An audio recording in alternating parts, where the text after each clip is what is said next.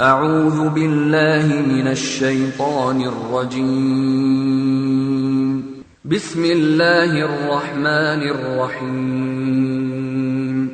يسبح لله ما في السماوات وما في الأرض الملك القدوس العزيز الحكيم. هو الذي بعث في الأميين رسولا منهم يتلو عليهم آياته ويزكيهم ويعلمهم الكتاب والحكمة وإن كانوا من قبل لفي ضلال مبين. وآخرين منهم لما يلحقوا بهم وهو العزيز الحكيم. ذلك فضل الله يؤتيه من يشاء والله ذو الفضل العظيم.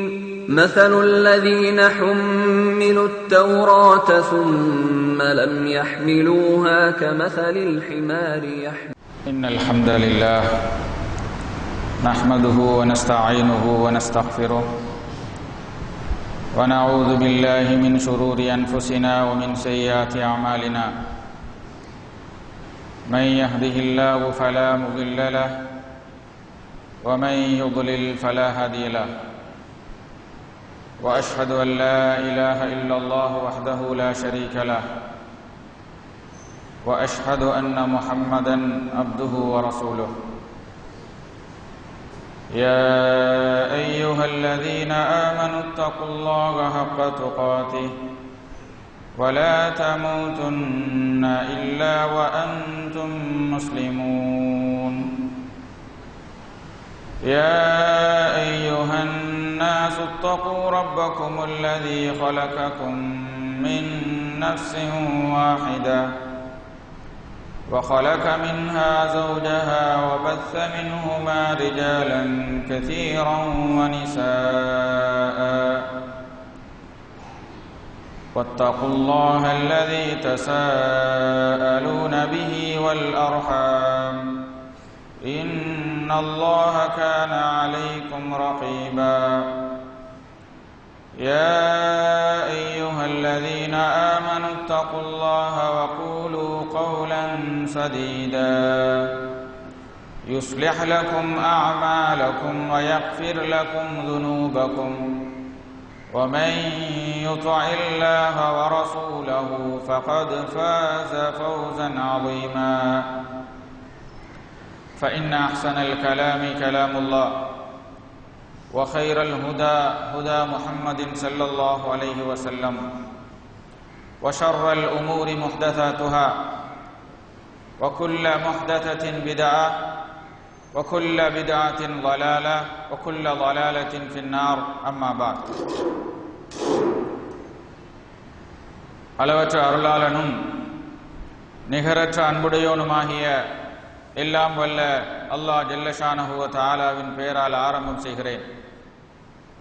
அல்லாஹ்வினுடைய அழைப்பை ஏற்று அவனுடைய கடமையை நிறைவேற்றுவதற்காக மஸ்ஜிதிலே வந்து அமர்ந்திருக்கின்ற அன்பார்ந்த இஸ்லாமிய சகோதரர்களே, அல்லாஹு தஆலாவின் நல்லடியார்களே, அல்லாஹ்வினுடைய அன்பும் கருணையும் அவனுடைய மகபிரத்தும் நம் அனைவர்கள் மீதும் நிலவட்டுமாக என்ற பிரார்த்தனையோடு இன்றைய குத்துபாவை ஆரம்பம் செய்கிறேன்.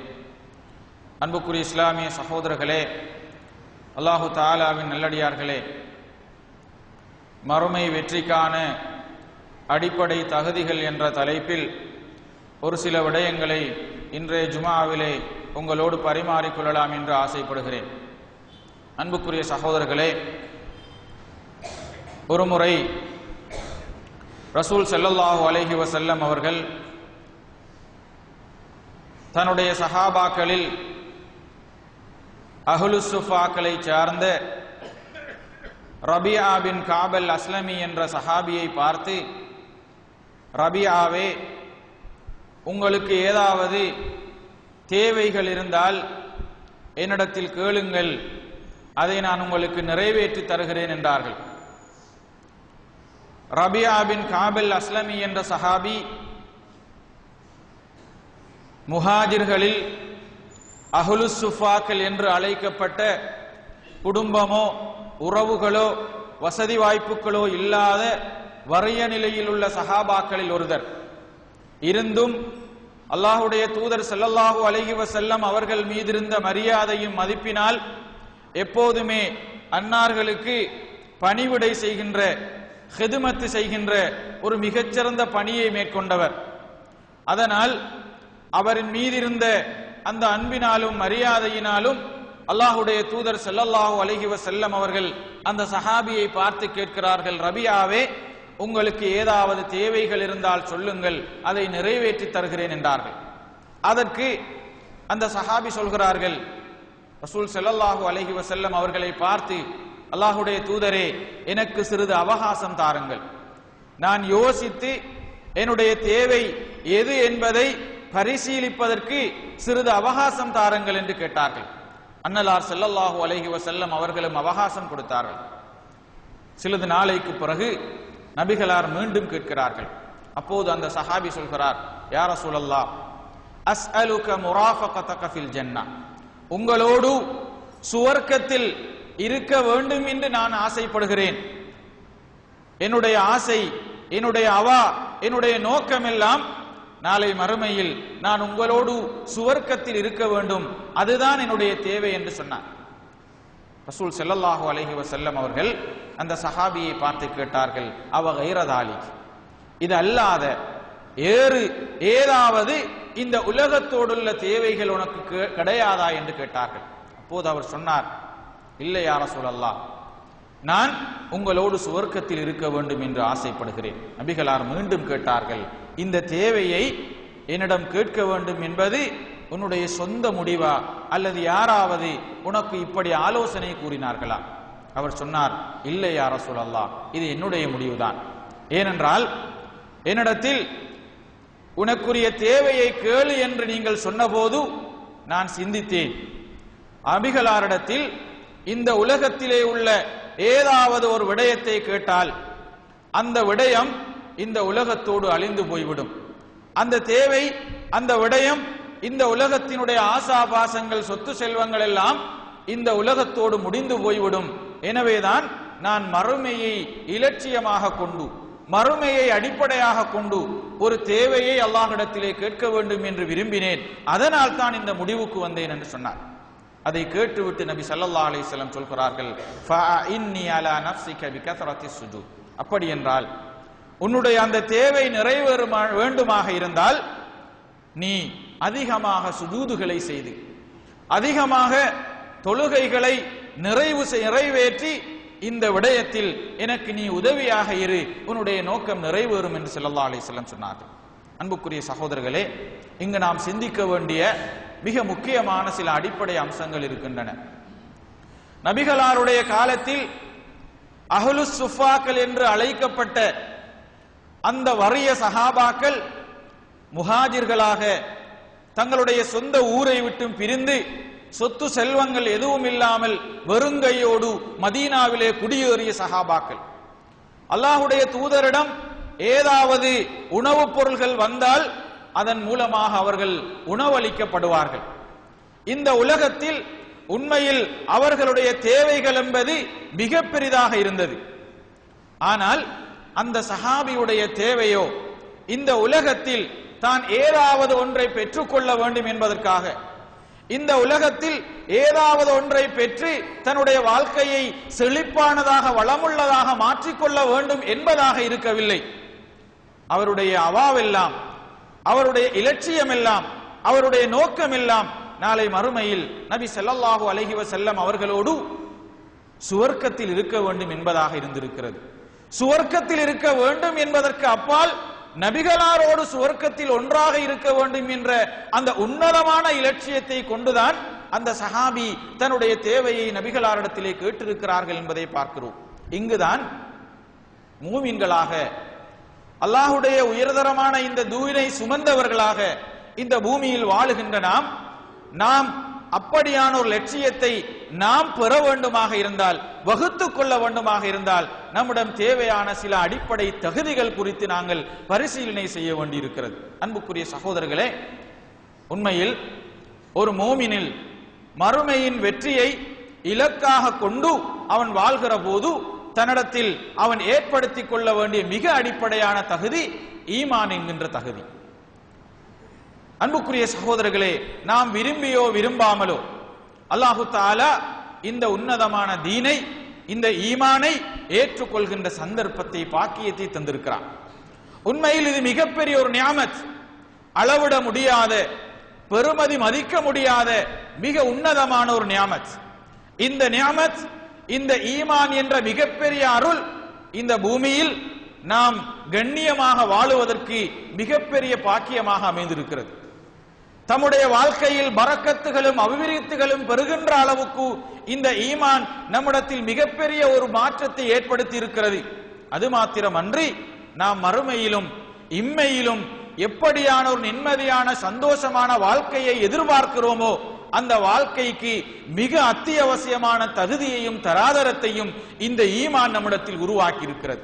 அதனால் தான் இஸ்லாமிய வரலாற்றிலே இந்த ஈமானை பெற்றுக்கொண்ட சஹாபாக்கள் தங்களுக்கு ஈமான் என்ற இந்த தீன், இந்த இஸ்லாம் கிடைத்தது என்ற ஒரே காரணத்தினால் இந்த தீனை இந்த ஈமானை எந்த நிலையிலும் இழந்து விடுவதற்கு தயாராக இருக்கவில்லை. தாம் தம்முடைய குடும்பங்களை இழந்த போதும், தம்முடைய உறவுகளை இழந்த போதும், தம்முடைய இன்னுயிரை தியாகம் செய்கின்ற ஒரு நிர்பந்தமான நிலை வந்த போதும் இந்த ஈமானை விட்டுக் கொடுப்பதற்கு அவர்கள் தயாராக இருக்கவில்லை. காரணம், இது இந்த உலகத்தில் மாத்திரமல்ல, மறுமையிலும் அல்லாஹுடைய தண்டனையில் இருந்து தப்புவதற்கு, அல்லாஹுடைய அருளை பெறுவதற்கு, அவனுடைய உன்னதமான சுவர்க்கத்தை ஏதோ ஒரு சந்தர்ப்பத்திலாவது சென்றடைவதற்கு அவனுக்கு மிகப்பெரிய ஒரு அம்சமாக இருப்பது இந்த ஈமானாக இருக்கிறது. அதனால் தான் இந்த ஈமான் ஒரு மனிதனுடைய மறுமை வெற்றியை அடிப்படையாக, மறுமையில் ஒரு சிறந்த வெற்றியை பெற்றுக் கொடுப்பதற்குரிய அடிப்படை தகுதியாக இஸ்லாம் அடையாளப்படுத்தி இருக்கிறதை நாங்கள் பார்க்கலாம். அன்புக்குரிய இஸ்லாமிய சகோதரர்களே, அல்லாஹு தாலாவின் நல்லடியார்களே, அல்லாஹு தாலா அல் குர்ஆனிலே சொல்கிறான், குல் யமுன்னுல்லாஹு அலைக்கும் அன் அஸ்லமு, நீங்கள் இந்த இஸ்லாத்தை ஏற்றுக்கொண்டிருப்பதன் மூலம் அல்லாஹ் உங்களுக்கு மிகப்பெரிய ஒரு அருளை செய்திருக்கிறான். எனவேதான் நீங்கள் எல்லோரும் இஸ்லாத்தை ஏற்றுக்கொண்டிருப்பது எனக்கு அருளாக இருக்கிறது என்று நபியே உங்களை பார்த்து அவர்கள் வெல்ல வேண்டிய அவசியம் கிடையாது. மாறாக அவர்களுக்கு அல்லாஹ் இந்த இஸ்லாத்தை ஏற்றுக்கொள்வதற்கு ஒரு சந்தர்ப்பத்தை கொடுத்திருக்கிறானே, அது நான் அவர்களுக்கு செய்திருக்கிற மிகப்பெரிய அருள் என்று அல்லாஹ் சொல்கிறான். அதனால் தான் இந்த ஈமான், இந்த கலிமா, இந்த இஸ்லாம் எப்போது ஒரு மனிதனுக்கு கிடைக்கிறதோ அது எந்த நிலையிலும் தன்னிடத்தில் இருந்து பறிபோகாத அளவுக்கு, எப்போதும் தன்னிடமிருந்து இல்லாதொழிந்து விடாத அளவுக்கு அவன் பாதுகாக்க வேண்டிய ஒரு மிகப்பெரிய பொறுப்போடு இருக்கிறான். ரசூல் ஸல்லல்லாஹு அலைஹி வஸல்லம் அவர்கள் தன்னுடைய மிஅராஜ் பயணத்தின் போது அவர்களுக்கு ஒரு சிறந்த நறுமணத்தை நுகர கிடைத்தது. தன்னை அழைத்து சென்ற ஜிப்ரீல் அலைஹிஸ்ஸலாம் அவர்களை பார்த்து கேட்கிறார்கள், ஜிப்ரீலே, மிக சிறந்த ஒரு நறுமணம் வீசுகிறது, ஒரு வாடை வருகிறது, இது எங்கிருந்து வருகிறது என்று கேட்டார்கள். ஜிப்ரீல் அலைஹிஸ்ஸலாம் சொன்னார்கள், இதோ ஃபிரௌனுடைய அரண்மனையில் அவருடைய மகளுக்கு தலை சீவி விடுவதற்காக பணி செய்து கொண்டிருந்த அந்த தலை சீவி விடுகின்ற பெண்மணியும் அவருடைய குடும்பமும் அடக்கம் செய்யப்பட்ட அந்த கபரிலே, மண்ணறையிலே இருந்து இந்த வாடை வருகிறது என்று சொன்னார்கள். நபிகளார் ஸல்லல்லாஹு அலைஹி வஸல்லம் அவர்கள் இந்த செய்தியை விரிவாக கூறுகிற போது சொல்கிறார்கள், ஃபிரௌனுடைய ஆட்சி காலத்தில் அவருடைய அரண்மனையில் அவருடைய மகளின் தலை சீவி விடுகின்ற பொறுப்புக்காக ஒரு பெண்மணி நியமிக்கப்பட்டிருக்கிறார். ஏதோ ஒரு வகையில் நபி மூசா அலைஹிஸ்ஸலாம் அவர்களுடைய பிரச்சாரத்தின் மூலம், அவர்களுடைய அழைப்பு பணியின் மூலம் இந்த பெண்மணிக்கு இஸ்லாத்தை ஏற்றுக்கொள்கின்ற, இந்த தீனை ஏற்றுக்கொள்கிற சந்தர்ப்பம் கிடைக்கிறது. ஆனால் ஃபிரௌனுடைய நிலைமை என்பது, வெளியில் கூட யாராவது இஸ்லாத்தை ஏற்றுக்கொண்டால் அவர்களை முழுமையாக கொன்றளிக்கின்ற மிகப்பெரிய கொடுங்கோலை செய்து கொண்டிருக்கின்ற ஒருவன் தன்னுடைய அரண்மனையில், அதுவும் தன்னுடைய பராமரிப்பில் தன்னுடைய உபகாரங்களை பெற்றுக்கொண்டு வாழுகின்ற ஒருவர் இப்படி தனக்கு எதிரான ஒரு கொள்கையை கொண்டிருக்கிறார் என்பதை கேள்விப்பட்ட போது கொதிந்தெழுந்தார். ஒரு முறை அந்த பெண்மணி ஃபிரௌனுடைய மகளுக்கு தலை சீவி விட்டு கொண்டிருக்கிற போது தவறுதலாக அந்த சீப்பு பூமியை நோக்கி கீழே விழுந்து விட்டது. இந்த பெண்மணி அதை எடுப்பதற்காக கை நீட்டுகிற வேளையில் பிஸ்மில்லா, அல்லாஹுடைய பெயரை கூறி அவர் எடுத்தார். ஃபிரௌனுடைய மகள் ஆச்சரியப்பட்டாள். அவள் அந்த பெண்மணியை பார்த்து கேட்கிறார், நீர் என்னுடைய தந்தையின் பெயரையா சொல்கிறாய் என்று. அவர் சொன்னார், இல்லை, நான் என்னுடைய ரப்பாகிய அல்லாஹுவின் பெயரை சொல்கிறேன். அப்போதும் அந்த ஃபிரௌனுடைய மகள் கேட்கிறார், என்னுடைய தந்தை அல்லாத வேறொரு கடவுள், வேறொரு இரட்சகன் உனக்கு இருக்கிறாரா என்று கேட்கிறார். அப்போதும் அந்த பெண்மணி சொல்கிறார், ஆம், என்னுடைய ரப்பு மாத்திரமல்ல, உன்னுடைய தந்தையுடைய ரப்புமாகிய அல்லாஹ் ஒருவன் இருக்கிறான், அவனுடைய பெயரை கூறி நான் எடுக்கிறேன் என்றார். அப்போது அந்த ஃபிரௌனுடைய மகள் சொல்கிறார், இந்த விடயத்தை நான் என்னுடைய தந்தையிடத்திலே எத்தி வைப்பேன். கடைசியில் அந்த செய்தி ஃபிரௌனுடைய காதுகளுக்கும் போகிறது. அந்த பெண்மணி அவருடைய ஈமானை ஏற்றுக்கொண்ட காரணத்தினால் ஃபிரௌனால் சித்திரவதை செய்யப்படுகிறார். இறுதியாக அந்த பெண்மணியும் அவருடைய கணவனும் அவருடைய பிள்ளைகளும் ஒட்டுமொத்தமாக ஃபிரௌனால் கொன்றொழிக்கப்படுகின்ற, அவர்களை கொல்லுகின்ற அந்த கடைசி சந்தர்ப்பம் வருகிற போது அவர்களுக்கு முன்னாலேயே மிகப்பெரிய ஒரு பாத்திரத்தை சூடேற்றி நீரை கொதிக்க வைத்து அதன் உள்ளே அவருடைய குடும்பத்தின் உறுப்பினர்களை எல்லாம் தூக்கி பொசுக்குகிற போது இறுதியாக அந்த பெண்மணியிடத்திலே, அந்த பெண்மணியுடைய மடியிலே ஒரு கைக்குழந்தை இருக்கிறது, பாலருந்துகிற பருவத்திலே. அந்த பெண்மணியுடைய கண்களில் இருந்து கண்ணீர் வடிகிறது. ஃபிரௌனை பார்த்து அந்த பெண்மணி சொல்கிறார், நீர் எனக்காக ஒரு விடயத்தை நிறைவேற்றி தர வேண்டும். ஃபிரௌன் கேட்கிறான், என்ன உன்னுடைய தேவை? சொல்கிறார், நானும் என்னுடைய குழந்தைகளும் இதிலே விழுந்து தாங்கள் மாய்ந்த பின்னால், தாங்கள் உயிர் நீத்த பின்னால் எங்களுடைய உடலின் எஞ்சுகின்ற அந்த எலும்புகளை எல்லாம் ஒன்று சேர்த்து ஏதோ ஒரு இடத்திலே நீ புதைத்து விட வேண்டும் என்றார். அந்த ஏற்பாட்டின்படி அவருடைய தேவையை நிறைவேற்றும் விதமாக ஃபிரௌன் அந்த குடும்பத்தை எல்லாம் அழித்த பின்னால் அவர்களுடைய எலும்புகளை ஓரிடத்திலே புதைத்து விட்டார். ரசூல் ஸல்லல்லாஹு அலைஹி வஸல்லம் சொல்கிறார்கள், அந்த குடும்பத்தின் எந்த இடத்தில் அவர்களுடைய எலும்புகள் எல்லாம் புதைக்கப்பட்டதோ, அடக்கம் செய்யப்பட்டதோ, அந்த இடத்தில் இருந்துதான் இந்த வாடை, இந்த நறுமணம் வீசுகிறது என்ற கருத்தை ஸல்லல்லாஹு அலைஹி வஸல்லம் அவர்கள் சொல்கிறார்கள். அன்புக்குரிய சகோதரர்களே, இங்கு எதை புரிந்து கொள்கிறோம் என்றால், அல்லாஹு தஆலா ஒரு மனிதனுக்கு கொடுக்கின்ற மிகப்பெரிய அருள் இந்த ஈமான், இந்த தீன் என்ற இந்த பாக்கியத்தை பெறுவது.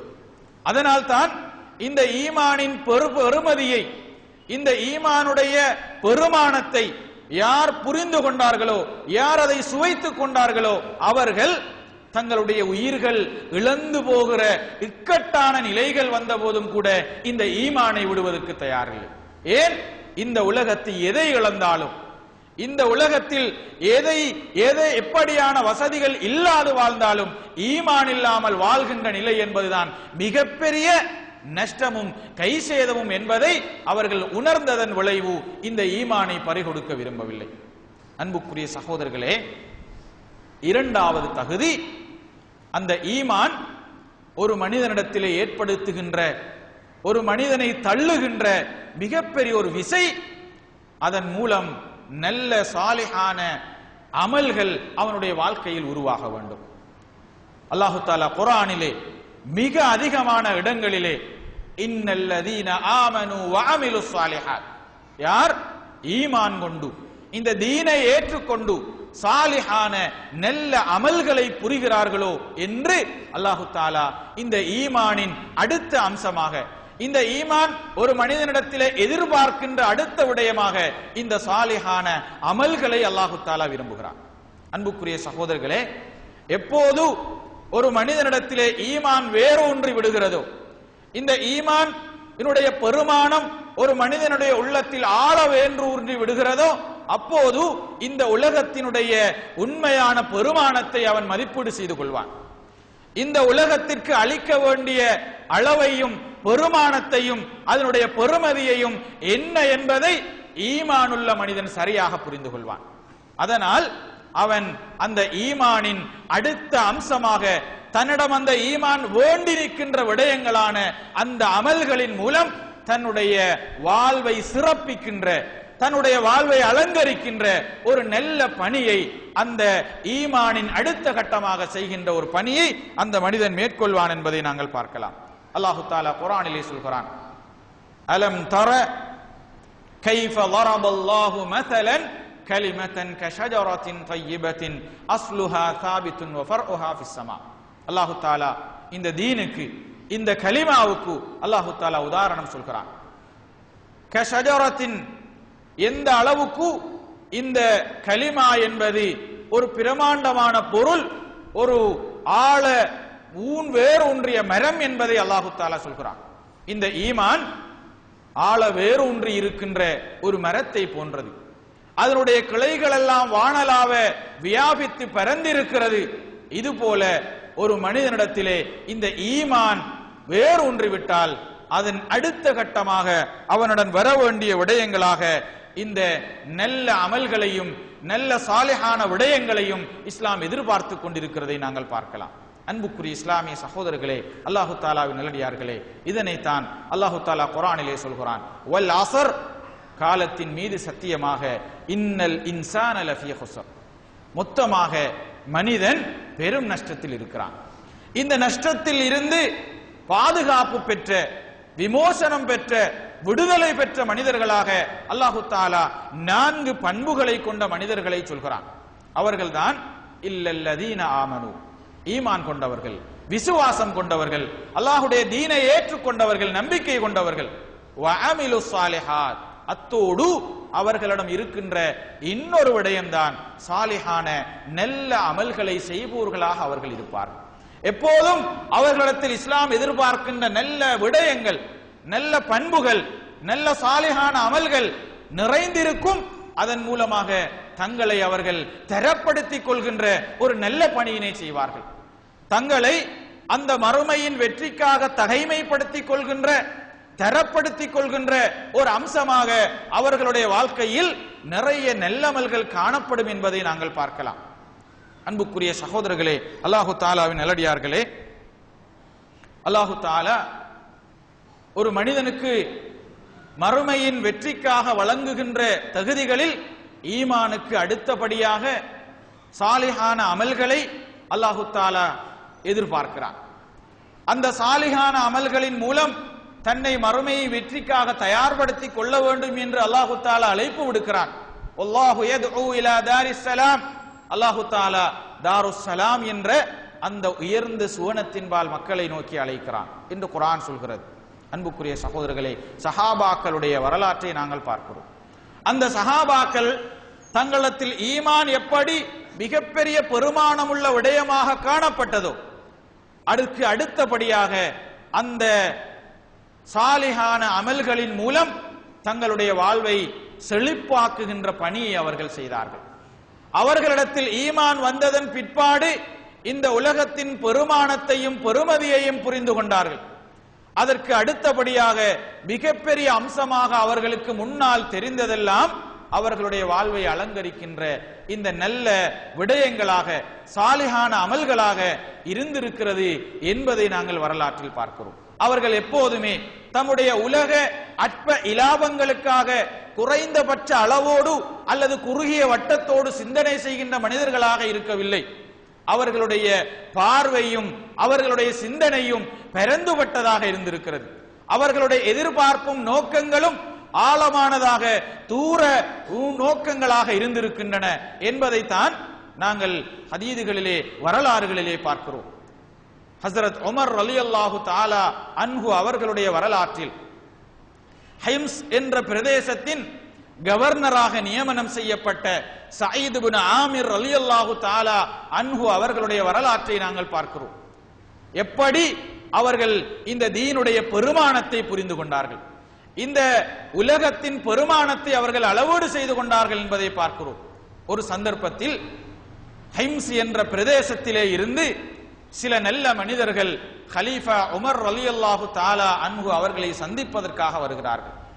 அவர்களோடு பேச்சுவார்த்தை நடந்து கொண்டிருக்கிற போது கலீஃபா உமர் ரலியல்லாஹு தஆலா அன்ஹு அவர்கள் அந்த ஹிம்ஸிலே இருந்து வந்த நம்பிக்கையான அந்த மனிதர்களை பார்த்து கேட்கிறார்கள், உங்களுடைய பிரதேசத்திலே இருக்கின்ற வறியவர்களின் பெயர் பட்டியலை தாருங்கள், ஏதாவது அவர்களுடைய தேவைகளை நாங்கள் பூர்த்தி செய்யலாம் என்று சொன்னார். அந்த மனிதர்கள் தங்களுடைய பிரதேசத்தின் வறியோர்களுடைய பட்டியலை தயார் செய்து கொடுத்த போது அந்த பட்டியலிலே சயீத் இப்னு ஆமிர் என்ற ஒரு பெயரும் பதிவு செய்யப்பட்டிருக்கிறது. கலீஃபா அவர்கள் கேட்கிறார்கள், சயீத் இப்னு ஆமிர் என்ற ஒரு பெயர் பதிவு செய்யப்பட்டிருக்கிறது, இது யார் இந்த சயீத்? சொன்னார்கள், உங்களால் நியமனம் செய்யப்பட்டிருக்கின்ற, நீங்கள் உங்களுடைய ஆட்சியின் பிரதிநிதியாக கவர்னராக ஹிம்ஸ் என்ற பிரதேசத்திற்கு நியமனம் செய்திருக்கின்ற அந்த கவர்னருடைய பெயர் தான் சயீத் இப்னு ஆமிர் என்றார்கள். கலீஃபா அரசர் உமர் ரலியல்லாஹு தஆலா அவர்கள் கேட்கிறார்கள், என்னால் நியமனம் செய்யப்பட்ட இந்த கவர்னரும் உங்களுடைய வறியவர்களின் பட்டியலில் இருக்கிறாரா என்று கேட்டார்கள். ஆம் என்ற போது அவர்கள் சொன்னார்கள், அவருடைய வீட்டிலே பல மாதங்களாக நெருப்பு எரிக்கப்படாமல் இருக்கிறது, மிகப்பெரிய ஒரு வறுமையிலே அவர் வாழ்ந்து கொண்டிருக்கிறார். கலீஃபா தன்னிடம் இருந்த நிதியில் பெரும் தொகையை ஒரு பையிலே இட்டு, இதை கலீஃபா உங்களிடம் ஒப்படைக்க சொன்னார் என்று நீங்கள் அவரிடம் கொண்டு போய் ஒப்படையுங்கள் என்று சொன்னார். அவர்கள் அந்த சயீத் இப்னு ஆமிர் ரலியல்லாஹு அன்ஹு அவரிடத்திலே கொண்டு போய் ஒப்படைத்த போது அவர்கள் இன்னா லில்லாஹி வ இன்னா இலைஹி ராஜிஊன் என்று ஏதோ ஒரு அசம்பாவிதம் நடைபெற்றது போன்று அந்த வார்த்தையை பயன்படுத்தினார்கள். உள்ளே இருந்த அவர்களுடைய மனைவி அதிர்ச்சி அடைந்து கேட்கிறார், என்ன ஏதாவது அசம்பாவிதங்கள் இடம்பெற்று விட்டதா என்று கேட்டார். அவர் சொன்னார், இல்லை. அல்லது கலீஃபா மரணித்து விட்டார்களா? சொன்னார், இல்லை, அதைவிடவும் பயங்கரமான ஒரு விடயம் நடைபெற்றிருக்கிறது. என்ன அது? என்னுடைய மறுமையை பால்படுத்துவதற்காக, என்னுடைய மறுமையை பால்படுத்துகின்ற ஒரு காரியம் இதோ என்னுடைய காலடியிலே உலகம் வந்திருக்கிறது என்று அவர் இந்த பணமுடிச்சு வந்த செய்தியை தன்னுடைய மனைவியிடத்திலே சூசகமாக முன்வைக்கிறார்.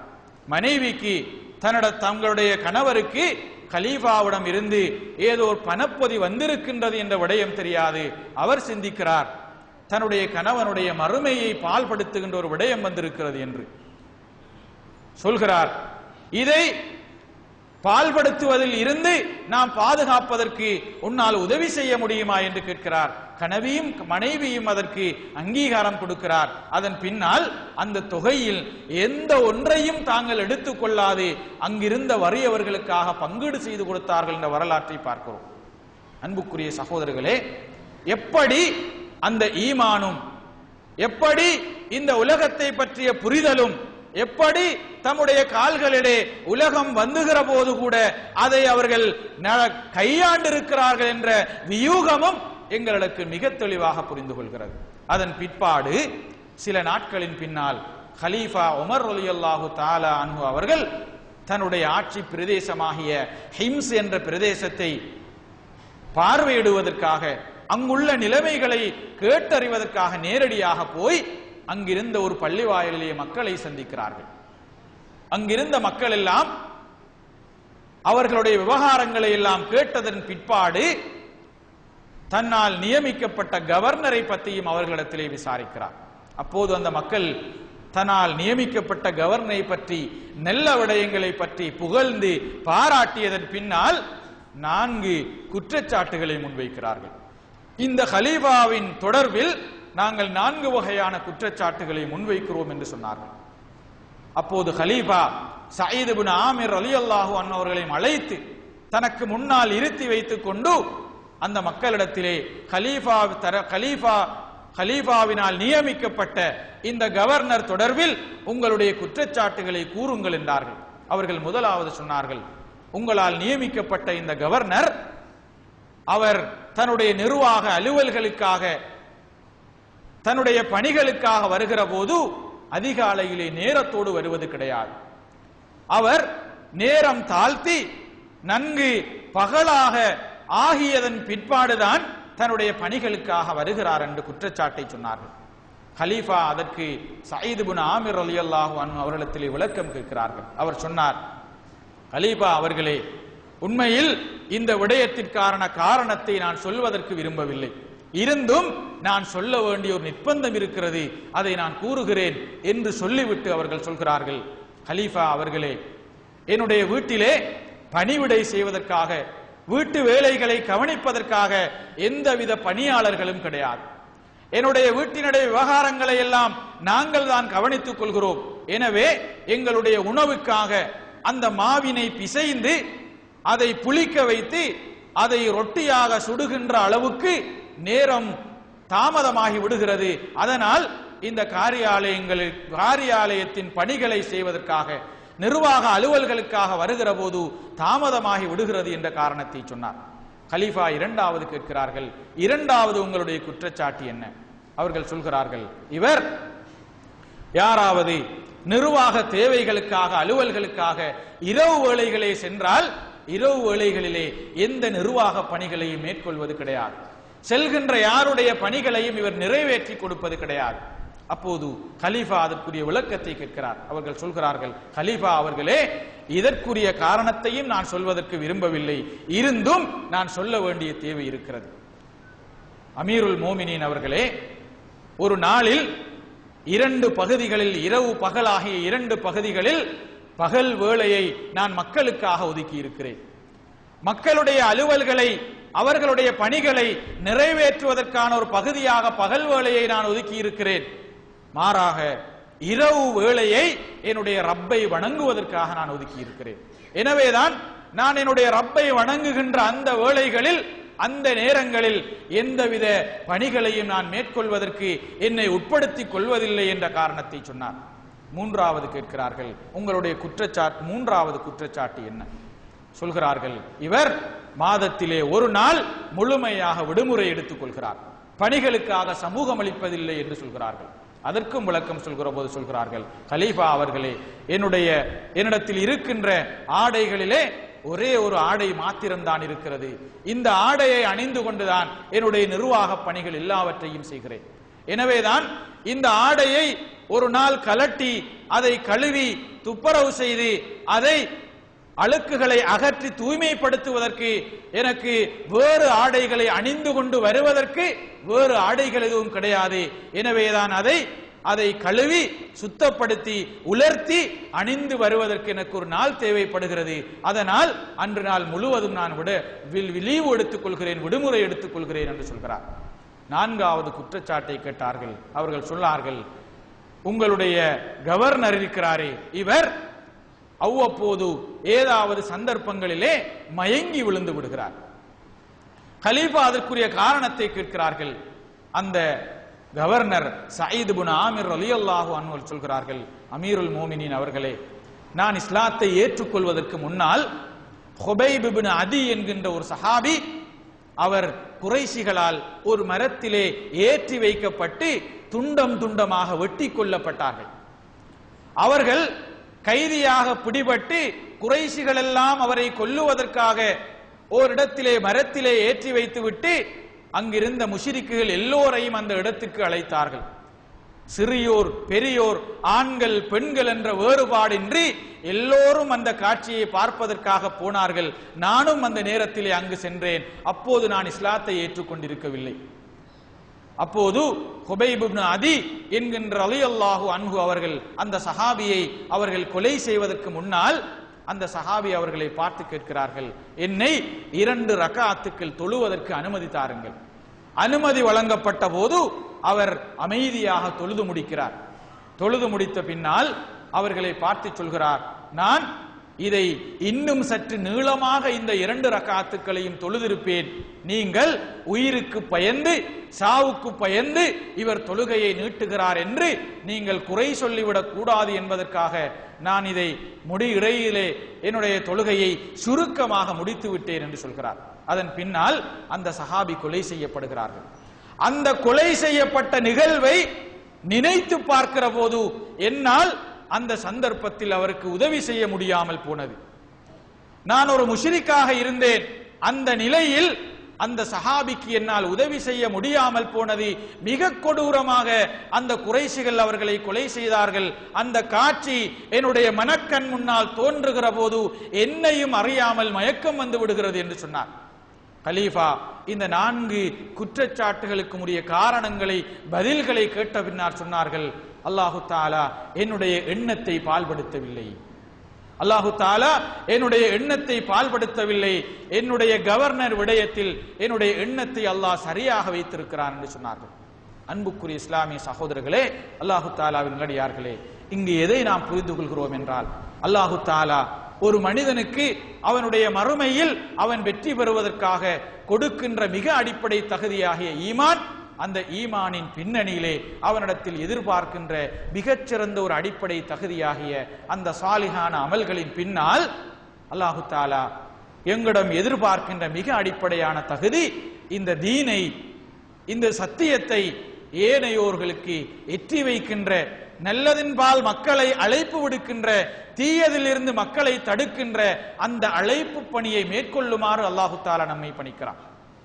அன்புக்குரிய சகோதரர்களே, அல்லாஹ்விடத்தில் இந்த உலகத்திலே வாழுகின்ற பல்வேறு விதமான மனிதர்களின் மத்தியிலே வெறுமனே தன்னுடைய அமல்களையும் தன்னுடைய பணிகளையும் செய்து கொண்டு இந்த சமூகத்தினுடைய விவகாரங்களை பற்றி சிந்திக்காத மனிதர்களை அல்லாஹு தஆலா வெற்றியாளர்கள் என்று சொல்லவில்லை. அல்லாஹு தஆலா மிகச்சிறந்த வெற்றியாளர்களாக யாரை அடையாளப்படுத்துகிறான் என்றால், அவர்களிடத்தில் ஈமான் இருக்கும், சாலிஹான அமல்களாக தங்களை தரப்படுத்திக் கொள்வார்கள். 3வது கட்டமாக இந்த சமூகத்திலே இருக்கின்ற நல்லவைகளை மக்களுக்கு அடையாளப்படுத்தி தீயதிலிருந்து மக்களை பாதுகாக்கின்ற அந்த பணியிலும் தங்களை ஈடுபடுத்திக் கொள்கின்ற முக்கியமான பணியை செய்பவர்களாக அவர்கள் இருப்பார்கள் என்பதை நாங்கள் பார்க்கிறோம். இஸ்லாமிய வரலாற்றிலே அல்லாஹு தஆலா சனிக்கிழமை வாசிகள் என்று அந்த பனு இஸ்ரவேலர்களுடைய வரலாறை குர்ஆனிலே சொல்கிறான். அந்த வரலாற்றில் அவர்கள் அத்துமீறி அல்லாஹுடைய தடையை மீறி மீன் பிடித்த காரணத்தினால் அவர்களை அல்லாஹு தஆலா உருமாற்றினான் என்ற வரலாற்றை சொல்லிவிட்டு அந்த சாராரை அல்லாஹு தஆலா அழித்து விட்டான். அழித்த வரலாற்றை சொல்கிற போது யார் அவர்கள் தவறு செய்கிறார்கள் என்று தெரிந்தும் அதை தடுக்காமல் இருந்தார்களோ அவர்களையும், யார் நேரடியாக அல்லாஹ்வுடைய தடையை மீறி அந்த ஹராத்தை செய்தார்களோ அவர்களையும் அல்லாஹு தஆலா அழித்து விட்டு, யார் அது தவறு என்பதை அந்த மக்களுக்கு உணர்த்தி அதை தடுப்பதற்கு முயற்சித்தார்களோ அவர்களை நாங்கள் பாதுகாத்தோம் என்று அல்லாஹ் சொல்கிறான். எனவே இந்த பூமியில் இன்றும் மனிதர்கள் வாழுவதற்கு, அல்லது இந்த பூமியில் இன்றும் நல்ல விடயங்கள் நடந்து கொண்டிருப்பதற்கு, உயிரோட்டம் வருவதற்கு மிகப்பெரிய அடிப்படை காரணியாக இருப்பது இந்த சமூகத்தில் அழைப்பு பணி என்பது மேற்கொள்ளப்படுவதுதான். மக்களுக்கு நல்லதை எடுத்து கூறுவதும் தீயதில் இருந்து மக்களை தடை செய்கின்ற ஒரு பணியை இந்த பூமியிலே சுமந்து பணியாக செய்து கொண்டிருக்கின்ற ஒரு சாராரின் மூலம்தான் இந்த உலகம் உயிர் பெற்றுக் கொண்டிருக்கிறது. இந்த உலகத்திலே மனிதர்கள் வாழுவதற்கு மிகப்பெரிய உதவியை அல்லாஹு தஆலா பேருபகாரத்தை செய்கிறான். இல்லாவிட்டால் தீயதை தெரிந்தும் அதை தடுக்காமல் இருப்பவர்களோடு, தீயதை செய்பவர்களோடு சேர்த்து அல்லாஹு தஆலா இந்த பூமியை அழித்திருக்க முடியும். எனவே ஒரு பாதுகாப்பும், ஒரு உத்தரவாதமும், ஒரு அங்கீகாரமும், ஒரு உயிரோட்டமும் இந்த பூமியில் கிடைத்துக் கொண்டிருக்கிறது என்றால் அது இந்த பூமியில் இந்த அழைப்பு பணி தஅவா என்பது நடந்து கொண்டிருக்கிறது என்ற காரணத்தினால் என்பதை நாங்கள் புரிந்து கொள்ள வேண்டும். அன்புக்குரிய சகோதரர்களே, அல்லாஹு தஆலாவின் நல்லடியார்களே, ஒவ்வொருவருக்கும் அவரவருடைய சக்திக்கு ஏற்ப, அவரவருடைய ஆற்றல்களுக்கு ஏற்ப மனித வளத்தை பயன்படுத்தியோ, பொருளாதார பலத்தை கொடுத்தோ, அல்லது அறிவு ரீதியான வளங்களை, ஆற்றல்களை வழங்கியோ இந்த தீனை ஏதோ ஒரு வகையிலே மேலோங்க செய்வதற்காக, பணி செய்வதற்காக ஒரு மனிதன் கொடுக்கின்ற சக்தியும் அவன் செலவு செய்கின்ற சக்தியும் இருக்கிறதே, இந்த தீனை உயிரோட்டுவதற்காக, உரமூட்டுவதற்காக அவன் செய்கின்ற மிகப்பெரிய உழைப்பாக பார்க்கப்பட வேண்டும். இப்படியான மனிதர்கள் தான் மறுமையின் வெற்றிக்காக, மறுமையில் விமோசனம் பெறுவதற்காக தங்களை திறப்படுத்திக் கொள்கின்ற மனிதர்களாக இருப்பார்கள். அதற்கு அப்பால் அல்லாஹ் நம்மிடம் எதிர்பார்க்கின்ற இன்னொரு தகுதிதான், இந்த பாதையில் இந்த பணியை மேற்கொள்கிற போது ஏற்படுகின்ற இன்னல்களையும் இடர்களையும் தாண்டி பொறுமையோடு, அர்ப்பணிப்போடு, தியாகத்தோடு, மனக்கட்டுப்பாடோடு இந்த பணியிலே தொடர்ந்து மேற்கொள்வதற்கு கிடைக்கின்ற ஒரு சந்தர்ப்பம் இருக்கிறது. அது எம்மை அல்லாஹ்வுடைய உயர்ந்த ஸ்தானத்தை அடைந்து கொள்வதற்கு தரப்படுத்துகின்ற அம்சங்களாக நாங்கள் புரிந்து கொள்ள வேண்டும். அன்புக்குரிய சகோதரர்களே, அல்லாஹ்வுடைய உயர்ந்த கண்ணியத்தை, அல்லாஹ்வுடைய உயர்ந்த சுவனத்தை, உயர்ந்த பாக்கியத்தை அடைகின்ற இந்த பயணம் என்பது பல தடைகளையும் பல இடர்களையும் தாண்டி அடைந்து கொள்ள வேண்டிய, பெற்றுக்கொள்ள வேண்டிய ஒரு பணியாக இருப்பதை நாம் புரிந்து கொள்ள வேண்டும். அதில் சில வேளை தம்முடைய உயிர்கள் இழக்கப்படலாம், சில வேளை தம்முடைய பொருளாதாரங்களை வாரி வழங்க வேண்டிய நிலைமைகள் வரலாம். எப்படியும் இந்த பணியை செய்கிற போது பல உள்ளிருந்தும் சமூகத்தின் வெளியிலிருந்தும் வருகின்ற எதிர்ப்புகளையும் சவால்களையும் உறுதியோடு துணிவோடு எதிர்கொள்கின்ற அந்த பொறுமையும் தியாகமும் இருக்கிறதே, அதுவும் இந்த தீனில் எங்களை தரப்படுத்திக் கொள்கின்ற முக்கியமான தகுதியாக நாங்கள் அடையாளம் காண வேண்டும். அன்புக்குரிய சகோதரர்களே, இதைத்தான் அல்லாஹு தாலா சூரா அல் அஸ்ர் என்ற அத்தியாயத்திலே மிகச் சுருக்கமாக சொல்கிறான். இல்லல்லதீன ஆமனு வஅமிலு ஸாலிஹாத், அல்லாஹ்வை ஈமான் கொண்டு சாலிஹான அமல்களை புரிந்து வதவாஸௌ பில் ஹக், இந்த உண்மையை, இந்த சத்தியத்தை மக்களுக்கு எடுத்து கூறி வதவாஸௌ பிஸ்ஸப்ர், அந்த பாதையில், அந்த பணியில் ஏற்படுகின்ற சவால்களையும் இடர்களையும் அவர்கள் சாதுரியமாக எதிர்கொள்கிறார்களே, இவர்களை தவிர ஏனையோர் எல்லோருமே நஷ்டத்தில் இருக்கிறார்கள் என்று அல்லாஹ் சொல்கிறான். அப்படி என்றால் அல்லாஹ்விடத்தில் வெற்றி பெற்றவர்கள், வெற்றி பெறுவதற்கான தகுதிகள், வெற்றி பெறுவதற்கான தராதரத்தை பெற்றவர்கள், இந்த பண்புகளை, இந்த ஈமானிய அம்சங்களை கொண்டவர்கள் என்பதை நாங்கள் தெளிவாக புரிந்து கொள்ள வேண்டும். அன்புக்குரிய இஸ்லாமிய சகோதரர்களே, அல்லாஹு தாலாவின் நல்லடியார்களே, அப்படியான தகுதியையும் தராதரத்தையும் இந்த தீனை அல்லாஹு தாலா நமக்கு வழங்கி இருக்கிறான். அதன் மூலமாக அல்லாஹுடைய உயர்ந்த அந்த சன்னிதானத்தை, அல்லாஹுடைய உயர்ந்த அந்த சுவர்க்கத்தை, அந்த உலகை அடைந்து கொள்ளக்கூடிய பாக்கியத்தை அல்லாஹு தாலா நம் அனைவருக்கும் தந்தருள்வானாக. வஆகிரு தஅவானா அல்ஹம்துலில்லாஹி ரப்பில் ஆலமீன். அல்ஹம்துலில்லாஹி வகஃபா வஸ்ஸலாத்து வஸ்ஸலாமு அலா இபாதிஹில்லதீன இஸ்தஃபா அம்மா பஅத். அன்புக்குரிய இஸ்லாமிய சகோதரர்களே, அல்லாஹு தாலாவின் நல்லடியார்களே, முஸ்லிம் உம்மத் வெறுமனே கோஷங்களோடு அல்லது சில அடையாள இபாதத்துக்களை, வணக்க வழிபாடுகளை தங்களுடைய நிலவை மாத்திரம் முன்னிறுத்தி செய்கின்ற ஒரு சமூகமாக எப்போதும் இருக்காது. முஸ்லிம் சமூகத்தில் அல்லது ஈமானை, இந்த தீனை ஏற்றுக்கொண்ட ஒவ்வொரு மோமினும் அவனிடத்தில் வர வேண்டிய பல்வேறு மாற்றங்களும் அல்லது பண்புகளும் எப்போதுமே மோமின் என்ற வகையில் அவனிடத்திலே இஸ்லாம் எதிர்பார்க்கிறது. அப்படியான விடயங்கள் எப்போது ஒரு மோமினிலே ஒன்று சேர்கிறதோ, அவனிடத்தில் காணப்படுகிறதோ, அப்போது அவன் இந்த மறுமையின் வெற்றிக்காக தன்னை தரப்படுத்தி தகைமைப்படுத்திக் கொள்கிறான். ரபிஆ பின் கஅப் அல் அஸ்லமி ரலியல்லாஹு அன்ஹு அவர்களோடு அபூபக்கர் ரலியல்லாஹு தஆலா அன்ஹு, அந்த இரண்டு சஹாபாக்களுக்கும் இடையிலே நடைபெற்ற ஒரு கருத்து முரண்பாடான வரலாற்றை நாங்கள் மிக ஆழமாக சிந்திக்க வேண்டிய தேவை இருக்கிறது.